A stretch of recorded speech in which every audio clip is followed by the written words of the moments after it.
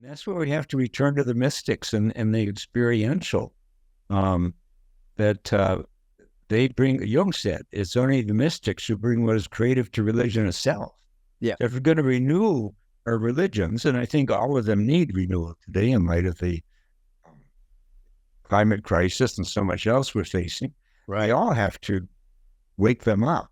But to do so, as Jung says, you got to return to the mystics. And the mystics are not someone out there. It's the mystic inside of us. And that's what I think the metaphysical New Age traditions are trying to do. Peace and riches blessings. I am Michael B. Beckwith, the host of Take Back Your Mind.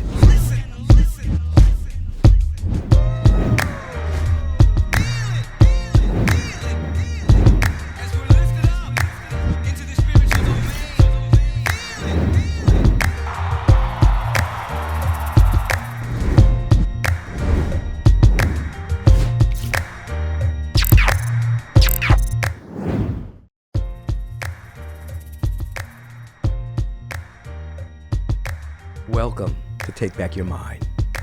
Powerful moment in which powerful people, I don't mean pseudo power of might, I'm talking about that spiritual power I get to have conversations with so that we can little by little, incrementally and dramatically take back our mind from religiosity, fear, doubt, and worry, and have a greater and greater awareness of our oneness with the presence that is never in absence. We have a life question of the week. It's from Jess. Jess says, I've been struggling for years with a deep dislike of a particular family member. This person was gifted abundance of material possessions that I felt should have been given to others who were more in need. Plus, they've obtained additional abundance that I helped them obtain.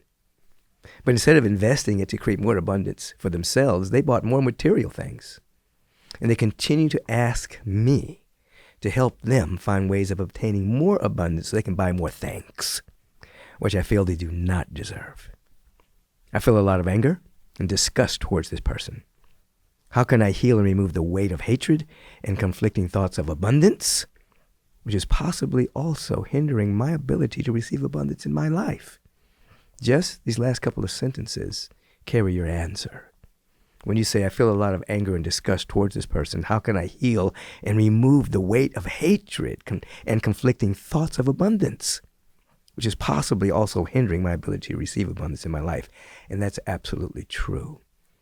There's a statement that says, judge not according to appearances, but judge righteous judgment.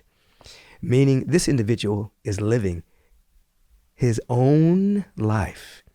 He's creating his own karmic propensity.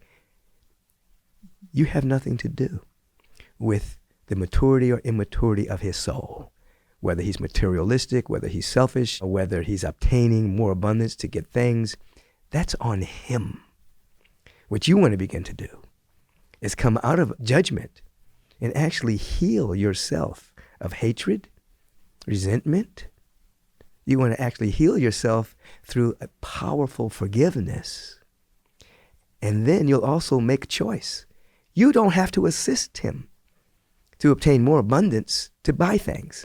You can politely say, no, that's not my mission in life, to help you obtain more material stuff. This is what you can do. You can begin to open yourself up to abundance yourself. When you see him or you see someone else that's living a life of abundance, even though in his case he may be materialistic with it, you can begin to realize that what you're looking at, you're looking with. You can't see abundance in others unless it's within you. So you can begin to own that feeling of abundance within your own soul. And as you own that feeling tone of abundance, it's going to create a dynamic movement of wisdom, transformational knowledge, guidance, and direction, coming in a language and in a way that you can understand that would ultimately compel you into right action. That's not going to happen if you're in hate and if you are in judgment. So instead of bemoaning your fate and bemoaning the fact that this gentleman or whoever it is in your family is using abundance to be materialistic, It's not your business. Your business is your business. Feel into the vibration of abundance. Give thanks for it. Bless that person rather than hate them. For when you judge or hate, you shrink your consciousness to the perception of what you're judging. Did you hear that? You will shrink your consciousness to the perception of what you're judging. So he may not even be aware that you're judging, but you will ultimately live out your own judgment. Stop. Forgive yourself. Forgive the individual. Feel into abundance and let abundance speak to you, moving you into right action so that as abundance begins to flow in your life, you'll deal with it differently. Maybe there'll be generosity. Maybe there'll be self-investment in a vision within your own soul. Maybe there'll be you taking classes with abundance and growing and discovering more and more and more of who and what you are. Maybe you'll use it differently, but you can do nothing about that individual's choice of being materialistic. That's on him. You rise. Give thanks, forgive, and enter into a sweet release. Have a beautiful day, Jess, and everyone who benefited from this question. Now, if you have a question and you want your question to be a part of the Life Question of the Week, simply email us at podcast@michaelbeckwith.com, and your question may be chosen, and I'll have the privilege and the opportunity to speak to your question. It can be about abundance. It can be about the structure of health. It can be about the structure of relationships. Whatever it is that you want some assistance with, I'll do my best to answer the question in law and in love. Have a beautiful day.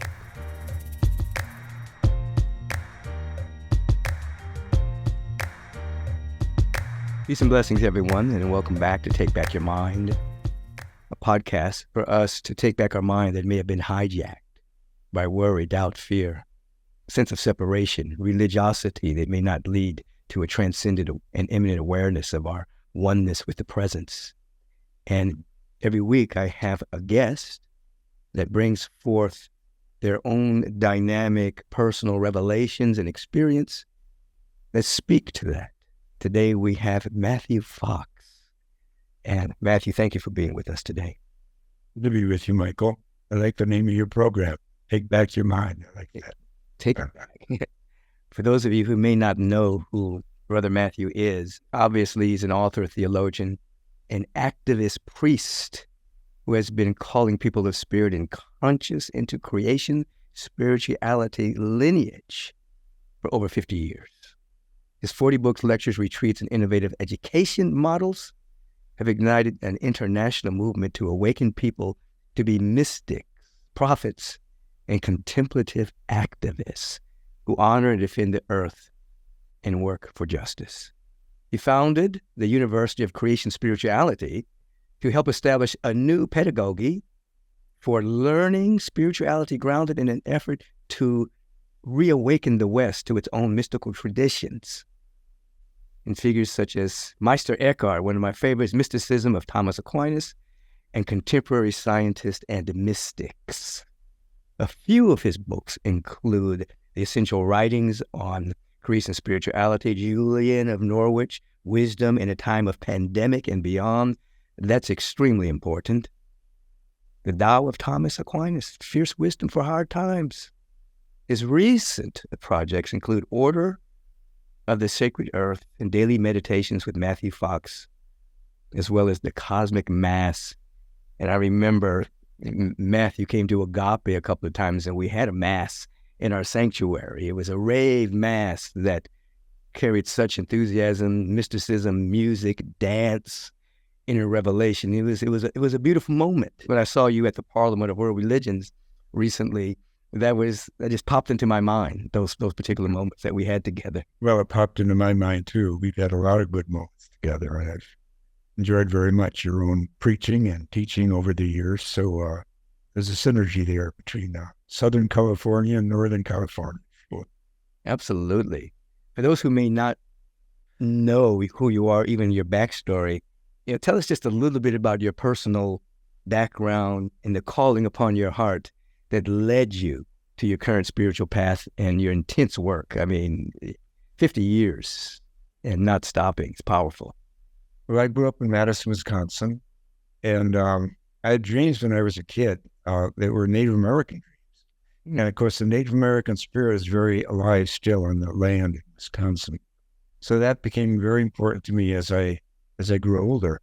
And of course, Wisconsin has a lot of lakes and land and animals and all that. It's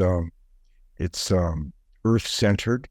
And that was the way I grew up, playing sports and being outdoors. And Wisconsin back then had 4 real seasons. The winters were so severe. One winter when I was a kid, we had to go out the second floor window of our house. There was so much snow on the ground. Wow. And I went with 6 other brothers and sisters, so a big family. And but to make a long story short, I went to public high school, but then I had Dominicans in my Catholic parish that I was a part of, and I was drawn to their lifestyle and to their tradition that included Thomas Aquinas and Meister Eckhart, although they didn't mention his name back then, but eventually I discovered that. But so to make a long story short, I joined them, and it was a wonderful training. And then near the culmination of it, I realized that I said to them, my superiors, I said, my generations could be more interested in spirituality than religion. And we don't have anyone teaching spirituality. Why don't you send on someone to get a doctorate in spirituality? And I'm happy to volunteer, I said. And so that was your calling. That was my calling. And a few months later, they said, okay, good, go to Europe. And I wrote Thomas Merton, the monk, and asked him where to go. And he said, go to Paris, the Institut Catholique in Paris. So that's where I went.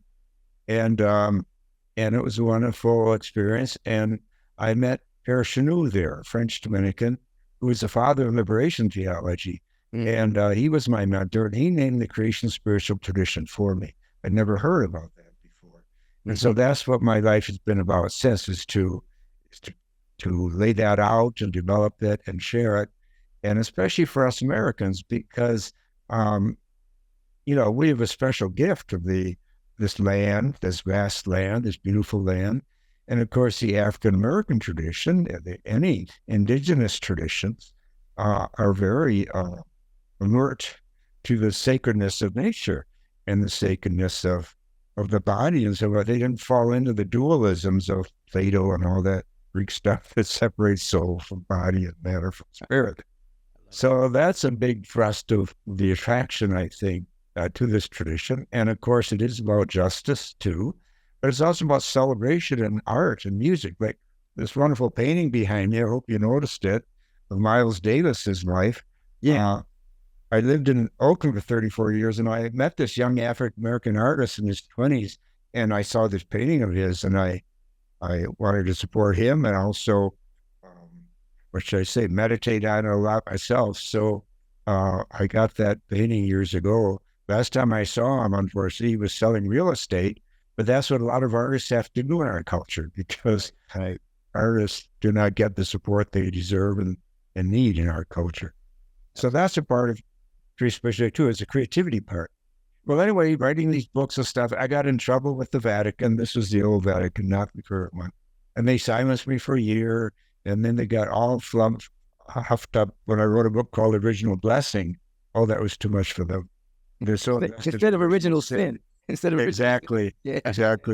Well, that eventually they kicked me out of the Dominican order that I've been part of for 34 years. I kind of had to choose between continuing my work or shutting up. So I chose to continue my work, and they expelled me. And then I became an Episcopal priest because I didn't want to stay within a Christian community and continue my work that way. I didn't want to be isolated.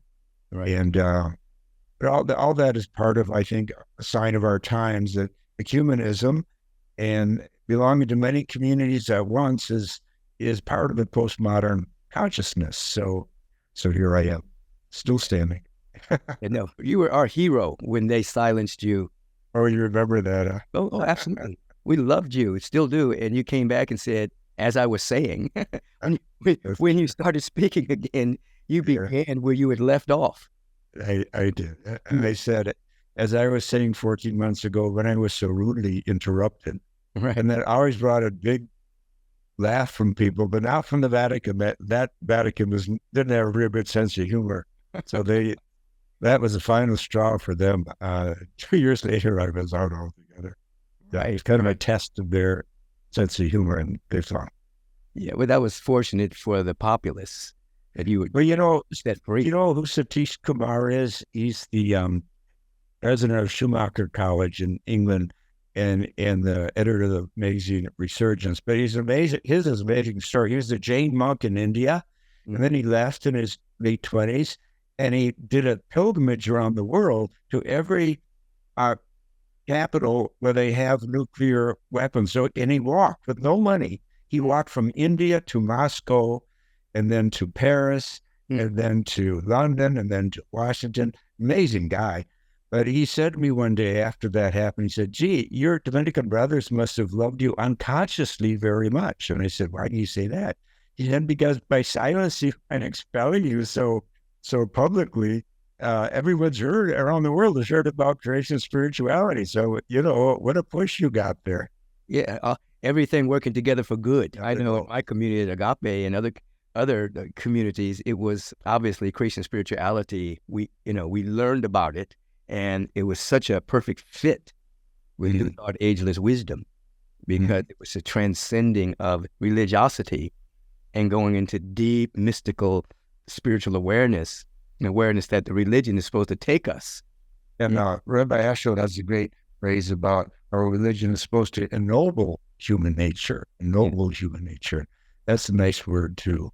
I have a quote here that you say.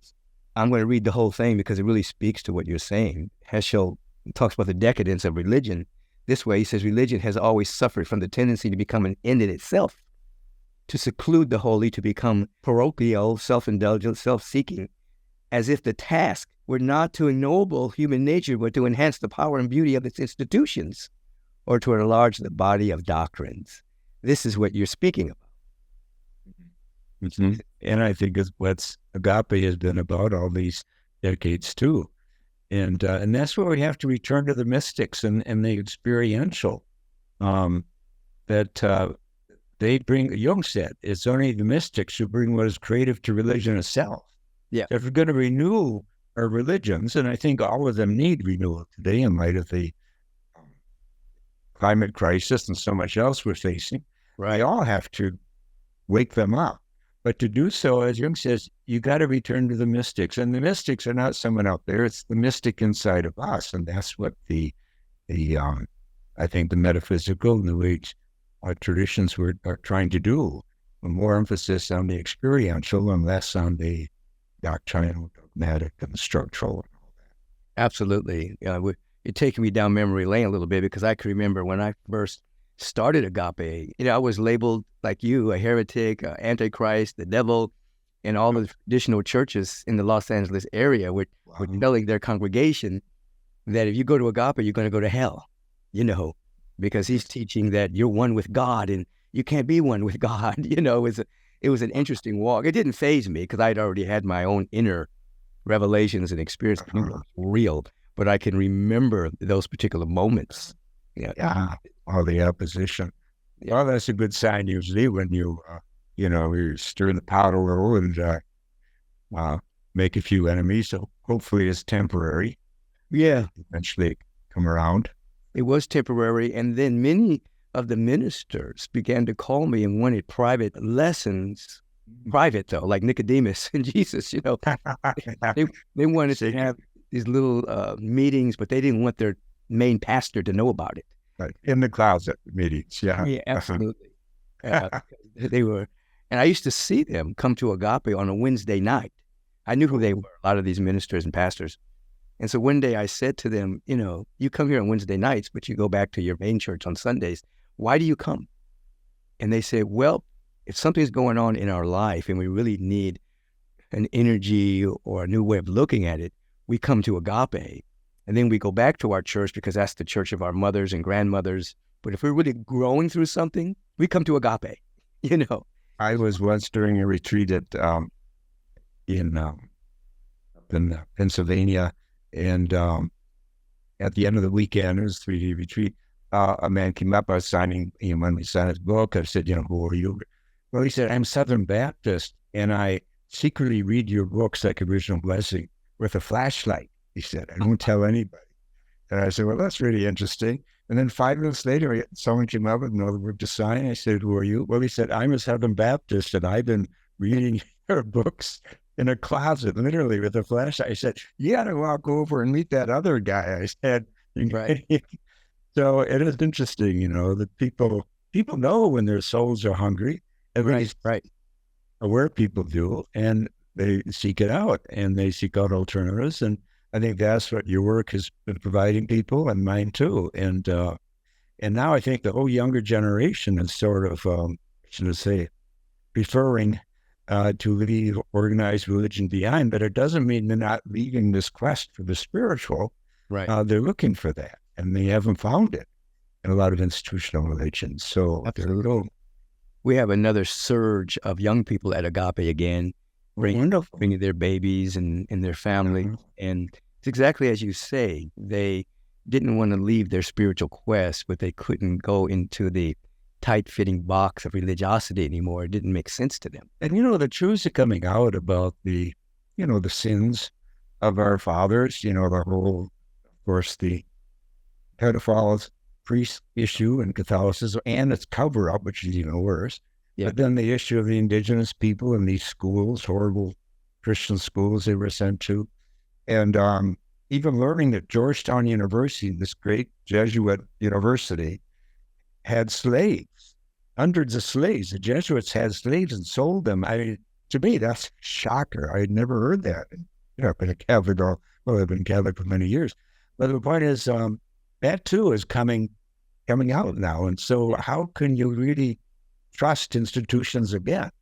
And it doesn't mean there's not some treasures there, but you have to keep your wits about you and your conscience and your integrity, and not sell your soul to institutions, Yeah. So all that is an invitation to go back to the experiential, I think. Absolutely. Even Harvard recently is acknowledging a lot of the wealth that have amassed has come from slave labor and the land of individuals, and they're making restitution when they can. They're finding some of the ancestors of the enslaved people and giving millions of dollars away. Yeah. That just began. And the Jesuits are doing that too at Georgetown University, to their credit. Yeah. But, this is history. History's not pretty. It's not pretty, but it needs to be acknowledged so that amends so we can move forward. But as long as there's a denial, like what's happening in Florida, that slavery was simply a job training for Africans, Exactly. So things like that. I looked at it that way. Oh my God.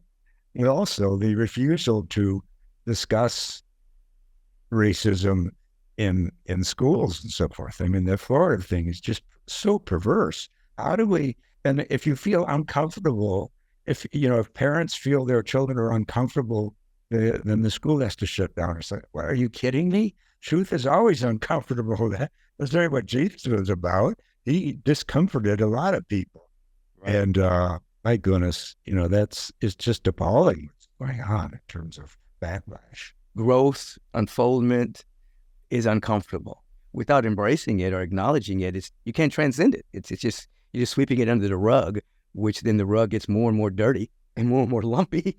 And dangerous. You could trip on that rug real easy. You can trip and it explodes and dust is everywhere. Exactly.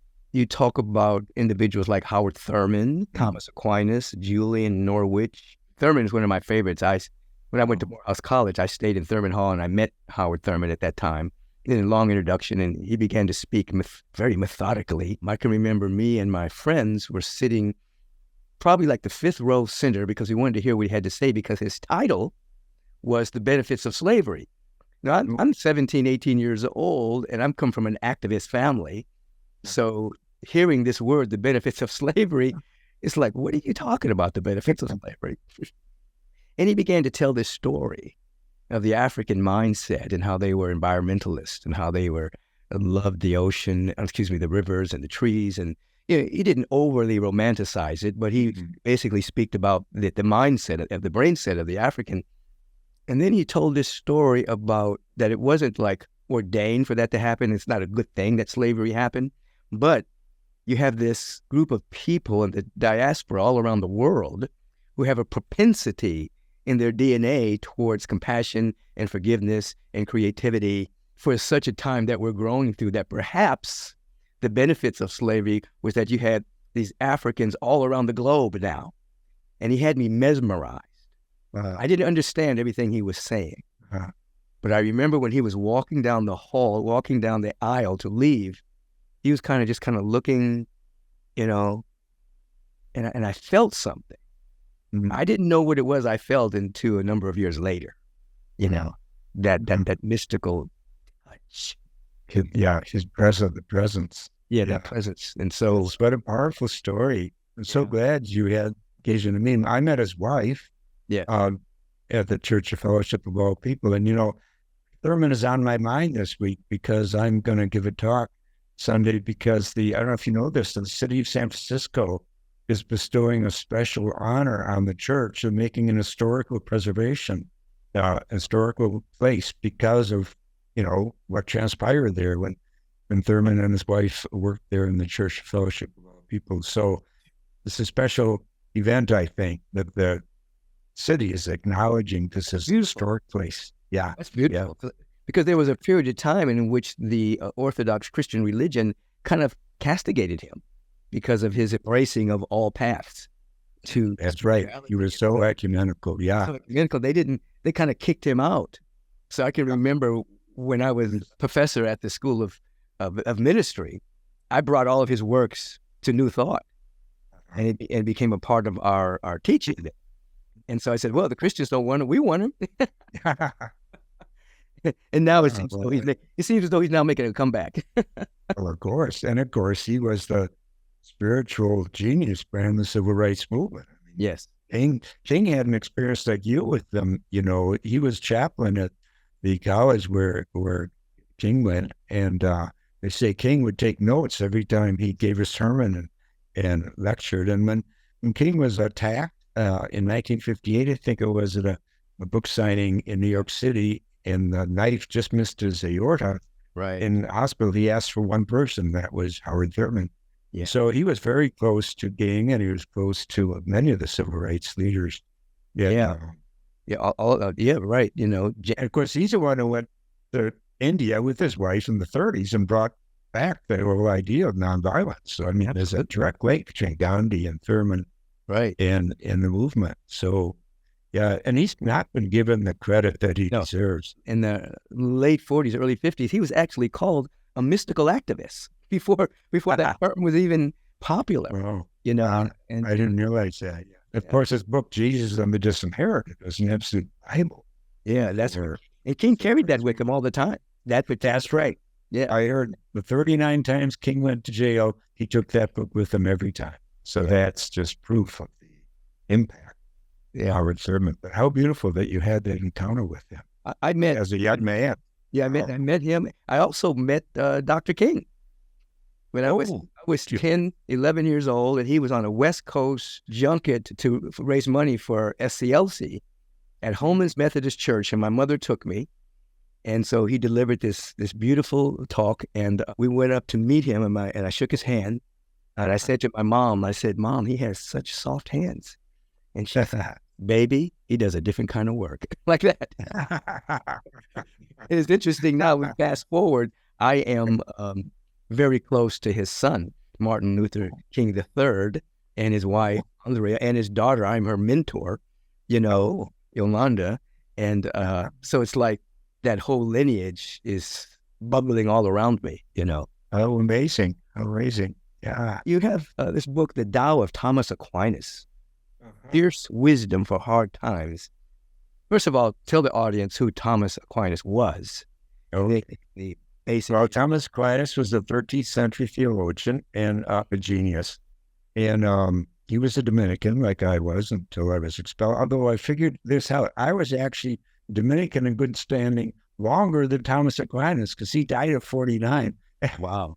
I think that's very funny that I was a Dominican longer than Aquinas. But he took on the establishment of the Augustinian tradition, which was very Platonic and dualistic and really misogynist. And he brought Aristotle in the 13th century, who was considered, well, first of all, a pagan, and secondly, a scientist. Who needs science? We've got all the answers in our Bible or something.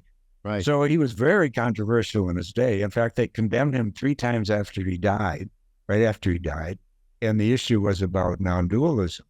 And but he has just these amazing teachings. And in this book, what I did was each chapter is a sentence from Aquinas. And some of these sentences will blow you away. Like here's just one. He says, joy is a human's noblest act. Joy is a human's noblest act. And I mean, you can go on about that. Or another one, he says that the experience of God should not be restricted to the few or to the old. In other words, hey, young people have experiences of God too, and we ought to tap into these and develop them. And here's one of my favorite. He says, he takes a quote from the psalmist. The psalmist says, they should be drunk with the beauty of thy house. And then Aquinas says that means the universe. They're here to get drunk on the universe. We're here to get drunk on creation and existence. And isn't that what Webb Telescope is all about today? Is bringing in the story of who we are and how we got here and how beautiful it is and special and unique. So here, we're here to get drunk. And then he goes on about getting drunk. He says, I got the idea of getting drunk from the Song of Songs in the Bible, you see. It talks about how lovers get drunk on each other, And so he applies this getting drunk to just being present to the universe, to our existence, and not take it for granted. And so anyway, he has so many teachings that blow me away. And he says that, he's the one who came up with the term the common good, because he's very much about justice. He says the common good is more divine than just the individual good. And, he's all for the individual, but not isolated. But the common good is a gathering of individuals, and that's what we have to look at. And that's what the basis of a healthy and just society is, the common good, and always cleaning it up and looking for it and so forth. So he was just so well-rounded and grounded, and he was courageous and tough. Like I say, he stood up to the hundreds of years of theology and said, hey, there's another way to go. And Aristotle, this pagan, can help us, because he said he's looking for truth too. And there's only one truth, especially when it comes to nature. Right. So he says that revelation comes in 2 volumes, nature and the Bible. So it's not just the Bible, it's nature. And so that opens it up to science. He says the mistake about creation was also a mistake about God. Yeah. So we got to talk to scientists and learn what we can about creation from them and mix it with what we know from other resources, and off we go. So I love Aquinas, and I like his courage. You mentioned Aristotle, and I was doing some research on him, and it said that he perhaps studied even in Egypt for a number of years in the universities there in Egypt. And yes, with a lot of these teachings from Kemet. Yeah, that's true. Pythagoras spent years in Egypt. Yeah. That is in Africa. People don't even realize often that Egypt's in Africa. Right. And I've had these African scholars point out to me that this whole Greek tradition really was grounded in Egyptian and African thought. And, that connection was never made to me by, what should I say, white historians. Right. But it took African historians to bring that to my consciousness. And it's really exciting that, and Homer spent a lot of years in Egypt as well. Yeah. So, this connection between Africa and the West is much more ancient than anyone's told us. It didn't begin with slavery. It began way back then with admiration. The Greeks knew they didn't know things. They had to go back to Africa to learn. And then ancient Florida said, we don't want that connection to be made. Ancient Florida. And for contemporary Florida, oh my. Then there's the Black Madonna too, of course. Yeah, she obviously comes from Isis in Africa. I once gave a talk at Morehouse College, your place there, on the Black Madonna, and it was really powerful because I started out by saying the room was about 200 people in it. The president was there, and faculty and staff. I started out by saying the obvious. I'm the only white guy here, but that's okay. My people came from Africa too. We just got bleached on the way over, It took some more years, but she's my mother too. But they really wanted to hear about the Black Madonna, and it is an amazing story. And so I've written quite a bit about the Black Madonna, and I propose in my book on recovering the archetypes of healthy masculinity, for 10 of them. But I end the book with a chapter on the marriage of the green man, which is a healthy masculine archetype, with the Black Madonna. See, we should create these playful rituals, bringing together the masculine, the feminine, and the African and the European and so forth. So, this is what we have to get doing. We have to start opening our imaginations and stretching ourselves. Black Madonna is an amazing archetype. I meet all kinds of people who have dreams about Black Madonna in our time. She's coming back, and she's kind of kicking ass. Yeah, she's tough. This is the rise of the feminine. She's got to come back. Exactly. That's right. And the balancing of masculine feminine and getting a healthier masculine, right? So that we can balance it with the healthy and vigorous feminine. Right. I remember seeing a Black Madonna in Barcelona. There's one there that was buried that's now uncovered, and people from all over the world go to see her. One of the things that you talk about in terms of Thomas Aquinas is that playfulness or fun is a virtue. Yes. That's beautiful. I mean, that takes us out of the piousness of religiosity. Exactly. The virtue of actually fun and playfulness, which is being ye as a child, that you may enter into the realm of ever-expanding good. Exactly. And Jesus talked about it, didn't he? You adults have to turn and become like children if you're going to receive the kingdom, right? That's what he said. Right. And because the child is spontaneous and playful and grows by being playful. And, Jung said there's no creativity without play and fantasy. Right. So that invitation to be our full selves means that we can bring forward the child in us. And I think that's a lot about the mystic, too. The mystic is that who plays. The book of Proverbs says that wisdom plays before God, before the beginning of the world, before creation. So there's all this endorsement of play.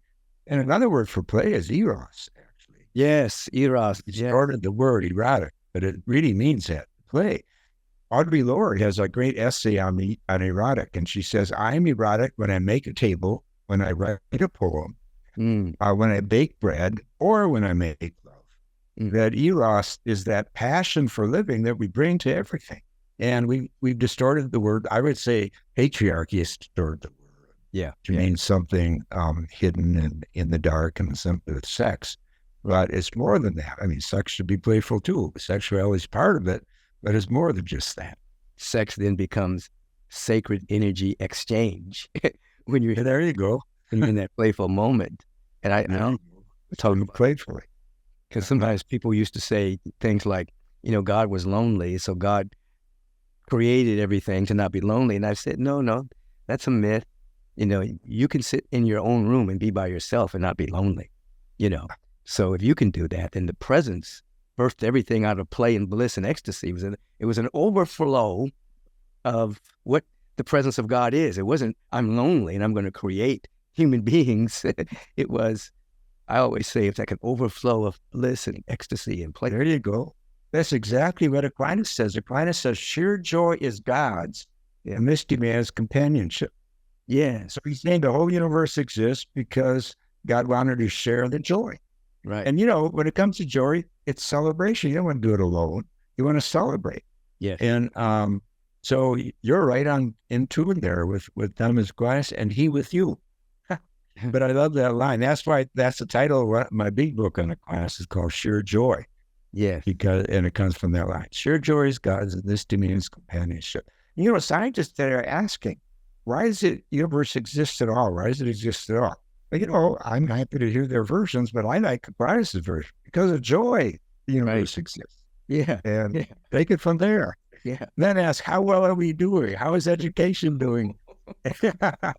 Right. How's politics doing? How's religion doing? That's so well. Right. Yeah. We have Time's running out. prison industrial system that's Exactly. not about love and joy and rehabilitation. It's just about locking people up. Exactly. You have the war machine. You have all of these different systems that are decaying. They're in the vibration of decadence, not built upon love and creativity and joy and generosity and compassion. They're built upon the lack of those qualities. Exactly. Keeping them out. Let's talk about the Julian of Norwich for a moment. Well, Julian lived in the 14th century during the great pandemic of the Black Death, what we call Black Death, which was a tremendously severe pandemic. And of course, without the science, they didn't know where it was coming from. And of course, they had no hope of vaccines or something like that. So she was like, I think, 9 years old when it hit for the first time in England. And then it kept coming back her entire life. But she wrote a book. She was the first woman to write a book in English. And in history. Yeah, in history, the first woman to write a book in English. And it's a beautiful book called Showings, because she had these visions, these showings on Good Friday about Christ. And she was ready to die at that time. She was 30 years old. But there was a lot of depression. I think that she had lost her husband and a child in the pandemic, actually. But suddenly, instead of dying, when she got the last rites and all that, her friends were there to watch her die, she just came alive again, like a resurrection or something. And then she wrote this first book, and then she wrote 2 more versions of it in her lifetime. But she became an anchoress, but she had this tremendous philosophy because people at the time were so depressed because of the pandemic. Like a lot of men were creating clubs where they would go around beating themselves because they said the reason for the pandemic is my sins, right? Which is, kind of flattering themselves. But taking credit. Exactly. But it became so popular. These men clubs to beating themselves that the Pope had to intervene and say, chill. This is not going to solve the pandemic. So you could see the rabbit hole some people went down. But meanwhile, Julian was writing things like the goodness of God, the goodness of nature is God. And that we are born in joy. And we are here to share the joy, just like what you and I and Thomas Aquinas was talking about. And she goes on and on about the goodness of nature. So she's taking a totally different view of the world than was dominant in her time. And she didn't fall into despair that so many fell into. And so she's really just kind of being discovered today because she wrote this book, first book ever in English, but it wasn't published until the 17th century. So it took 300 years to get published. Wow. And by then, Christianity had become so depressed, I think, by the Black Death that it withdrew from nature as a source of revelation, like Aquinas had taught, and was all about sin and damnation, staying out of hell. And this was not her agenda at all, and that wasn't Aquinas or Francis of Assisi either. I mean, they were all, or Hildegard of Bingen, they all built their spirituality around joy and justice and compassion and creativity. And certainly she did. She invented many words in English, including the word enjoy, which she stole from the French. Yeah, she invented the word enjoy. She invented the word oneness, which is a wonderful word for the mystical experience, isn't it? Oneness. Yes, absolutely. Experience of one. Yeah. And so she's very non-dualistic and a beautiful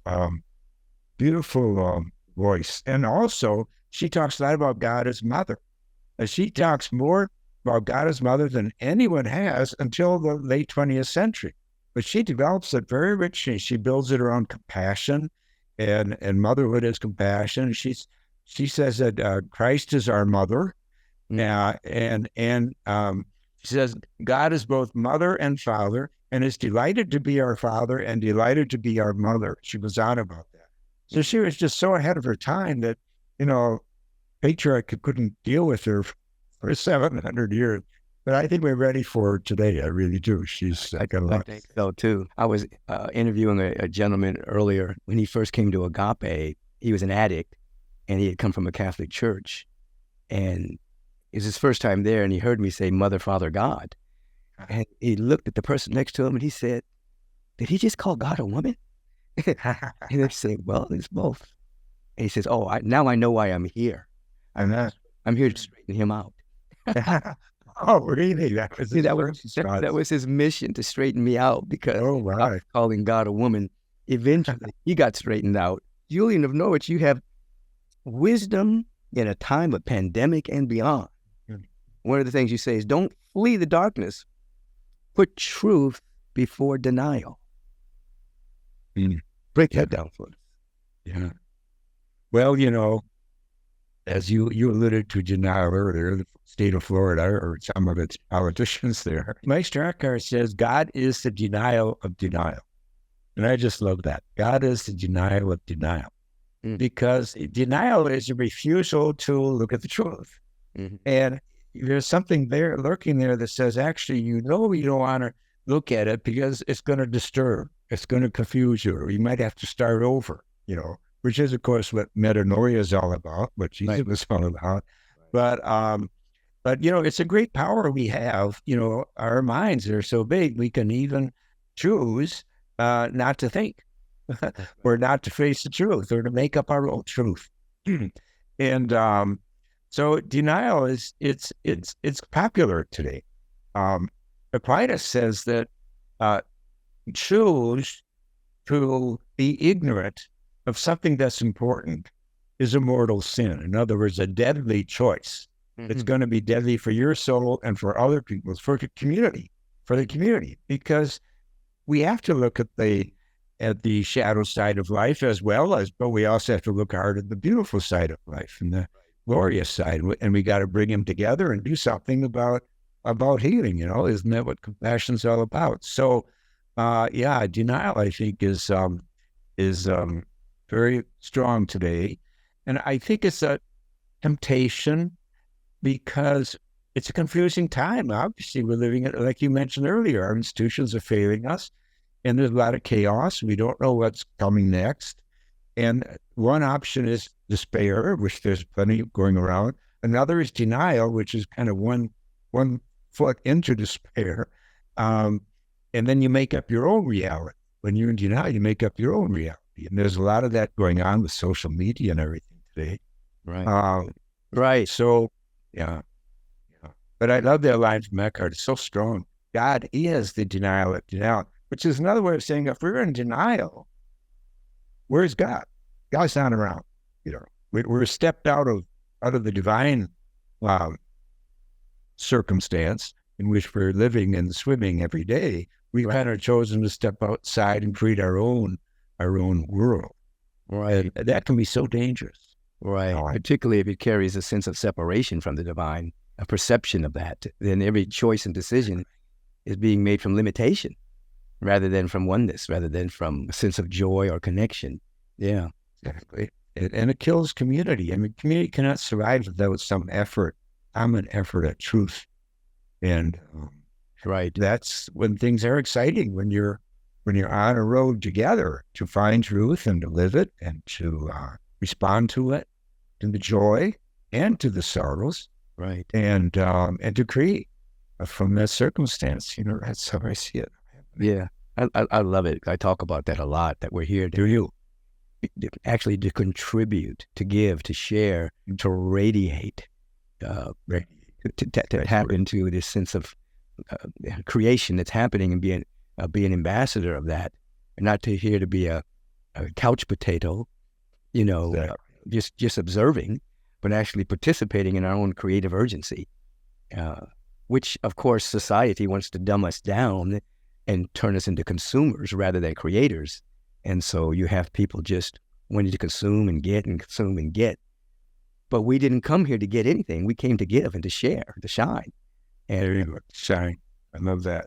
it's a whole different. Here's a beautiful line from Julian that picks up on that. She says, charged with the quality of reverence and loving awe, we turn ourselves with all our might toward the actions in which we are guided.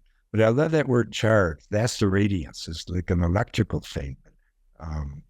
She didn't have electricity back then, but she felt the charges that we can feel in life. Like you were charged when you met Howard Thurman. Oh, yeah. You know, he kind of lit you up. Yeah. And you've been on that path ever since. She goes on to say, too, don't be afraid to die. Go into many kinds of dying and letting go. I mean, this is all a part of our spiritual growth. Exactly. And then I like, too, when she says, because these are obviously from your book, resist self-pity and victimhood. Prefer getting better and enjoying life to pining over feelings of pain. She's inviting us to come out of victimhood. Exactly. Definitely. Which is... And, she was in a place where she could have felt victimhood, having lost, I think, her husband and her child, and just being in this circumstance of the Black Death, of the pandemic. But she didn't wallow there. She didn't stay there. In fact, she chose to write the first book ever in English by my goodness. But, what chutzpah that took, and self-confidence, I'm going to do this. And whoa. And she did it. And it's a beautiful, powerful, deep book. And it's taken her 700 years to get in reviews. Long time to wait. Truth crushed to earth will rise again. There you go. Eventually going to get out. The first duty of the soul is to reverently marvel. A reverent awe is the proper response to the supreme beauty of the divine. I think that's powerful because often in religiosity, we exchange the word awe for fear. Be fearful of the Lord, be fearful of God. When in fact, we're invited to be in awe and to marvel at His presence is, which breaks us free from our present paradigm, and we get to soar. Soar. You get to soar. Soar, exactly. What an invitation, huh? So different. And as Ashel says, awe is the beginning of wisdom. So that's how we move from just knowledge to wisdom. Right. That we spend some time with awe.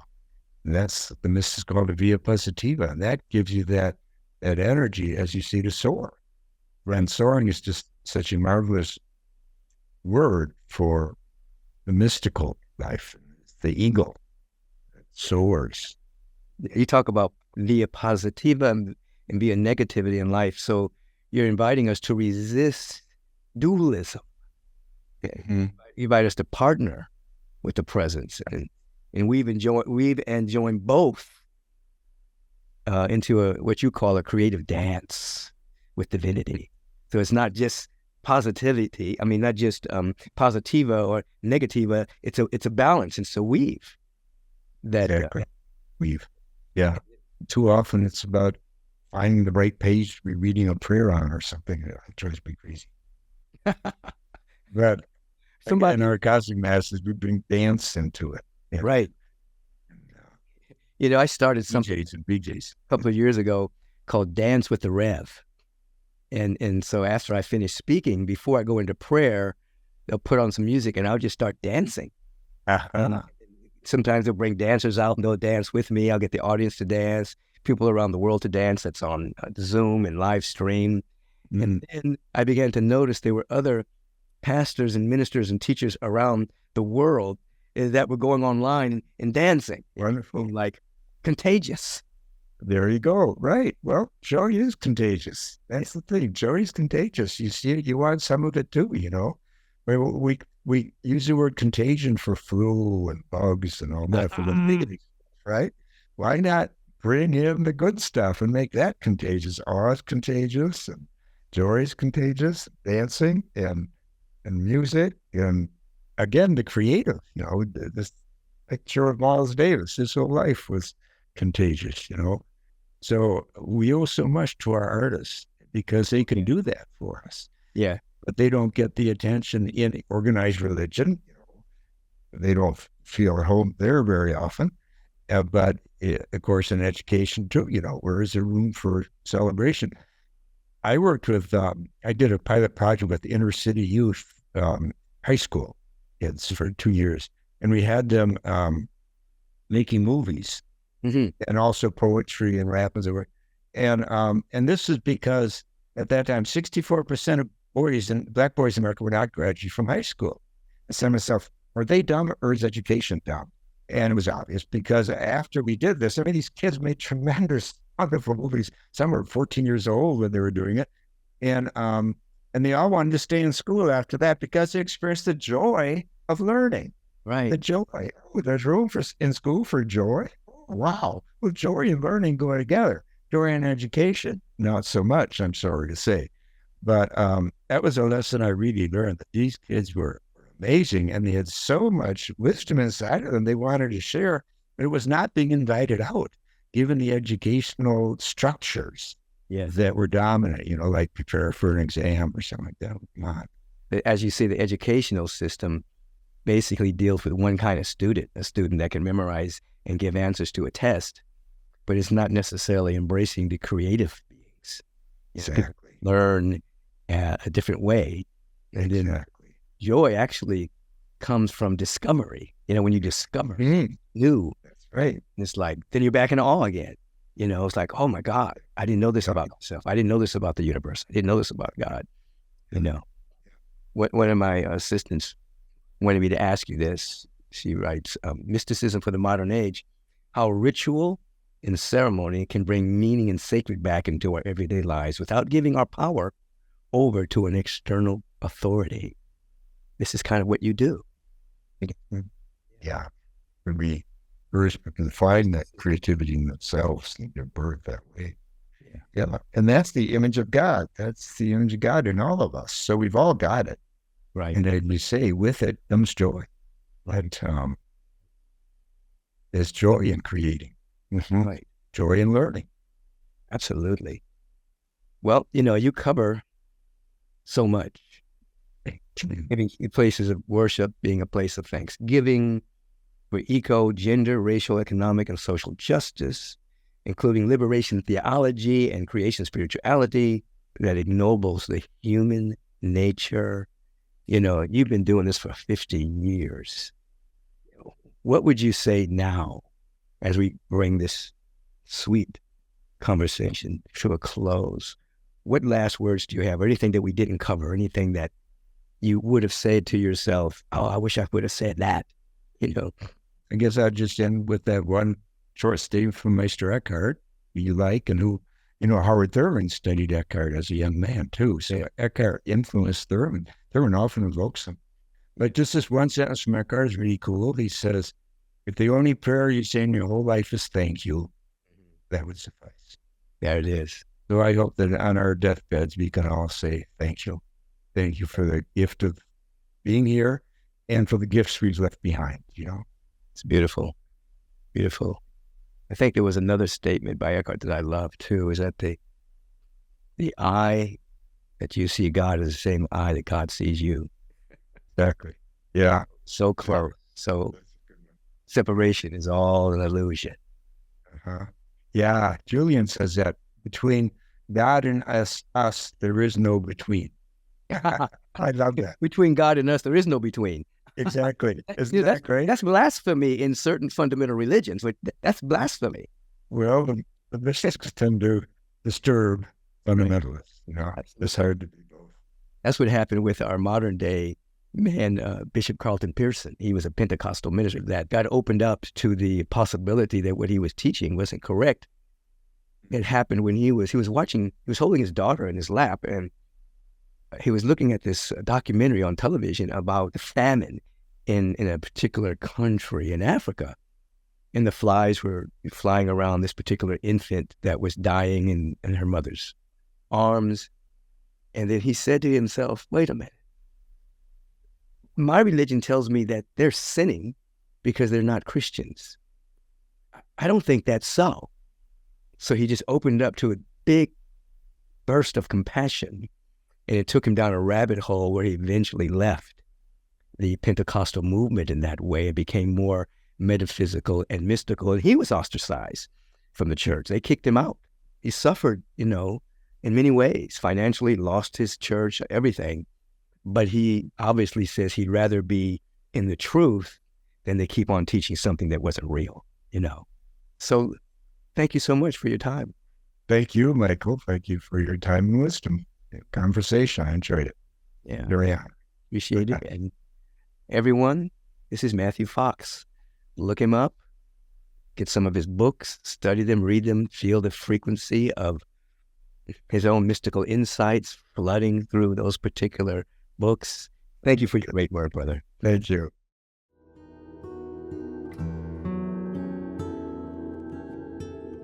Dynamic blessings to you. This is a moment of a brief meditation practice. As you've heard me say for so many times, meditation is the foundational piece that leads to insight, revelation, celebration, creativity, the fulfillment of our destiny. Meditation is key. So we take a few moments, and I would invite you to become still at this moment. Close the outer eyes. Let us bring the thumb and forefinger together, place it on your lap, facing upward. And let's establish an intention. Why is this important?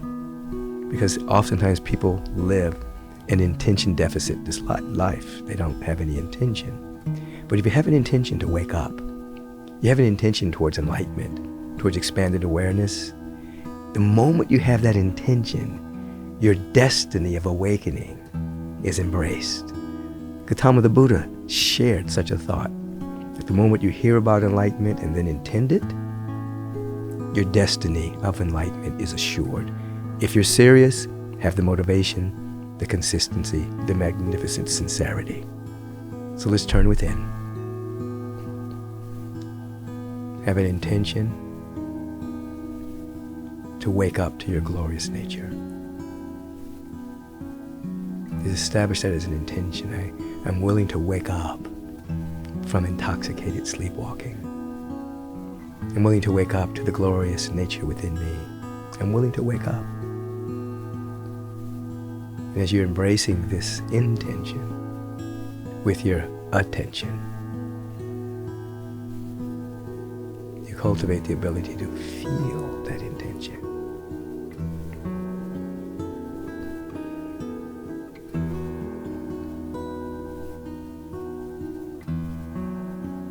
This leads to an awareness that this is happening presently as you're becoming aware that the body's breathing and that's happening presently. It leads you to the awareness of a lowly listening. That is, you're available to an insight, revelation that's happening now. You're listening as if something so important is being told to you vibrationally, audibly, kinesthetically. Doesn't matter how it comes, but you're in a deep listening posture. And you sit right now for a moment as if this is the first time you've ever practiced meditation. Be still.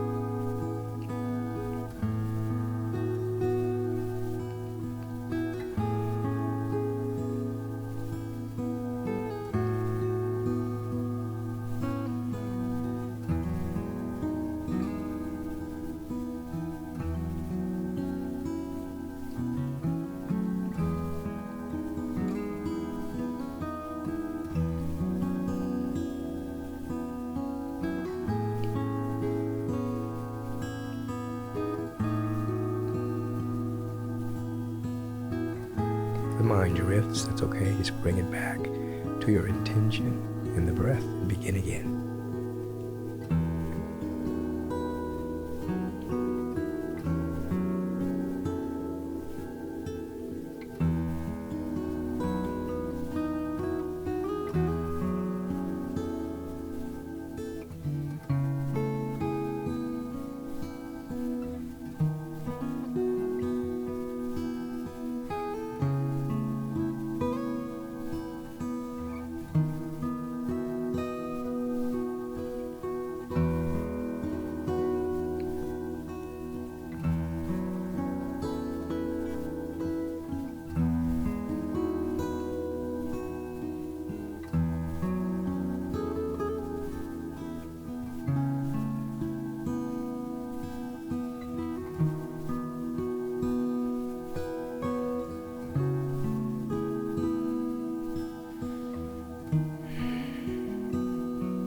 few seconds of pure silence.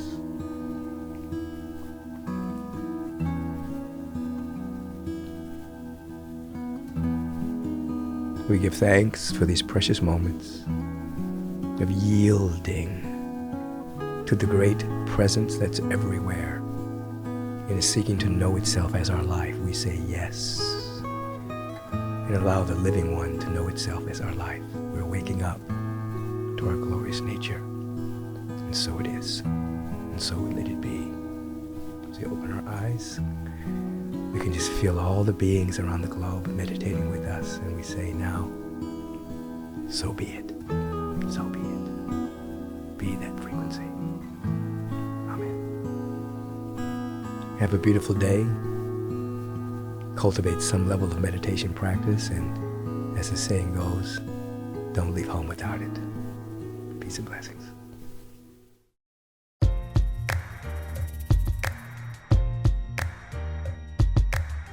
I appreciate your letters and emails that you've been sending in, not only for the life question of the week at podcast@michaelbeckwith.com, but also the notes you're sending on the Instagram and on the website, thanking me for Take Back Your Mind.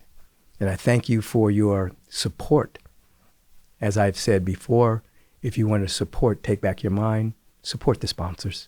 The main sponsor is the Agape International Spiritual Center, agapelive.com. We have a Facebook presentation, an Instagram presentation, a YouTube presentation, and a website presentation. You can donate to the sponsor at agapelive.com. It's one way that you can donate. It supports the podcast. Second sponsor is Nutrarise.com. You go to Nutrarise.com, those 3 lines up at the top, you touch that line, and you'll get Adaptozen. Adaptozen are my products. The Super Green Superfood Greens and the vitamin D3, K2. Both extremely good for your health, your nutrition. You support the sponsors, you're supporting the podcast. Have a beautiful, and as I like to say, a bright day, luminous day, because you are a luminous being. Peace and blessings. Your time is very valuable, so I want to thank you for lending us your ear and participating in taking back your mind. If you want to submit a question for the question of the week, please submit it to podcast@michaelbeckwith.com. If you've enjoyed what you've heard today, please submit a review and let us know your thoughts. Stay on top of current episodes by subscribing to the podcast so that you'll receive alerts and not miss one single episode. And feel free to share this podcast with all of your friends and family. And until we meet again, take back your mind, and you will take back your life. Peace and blessings.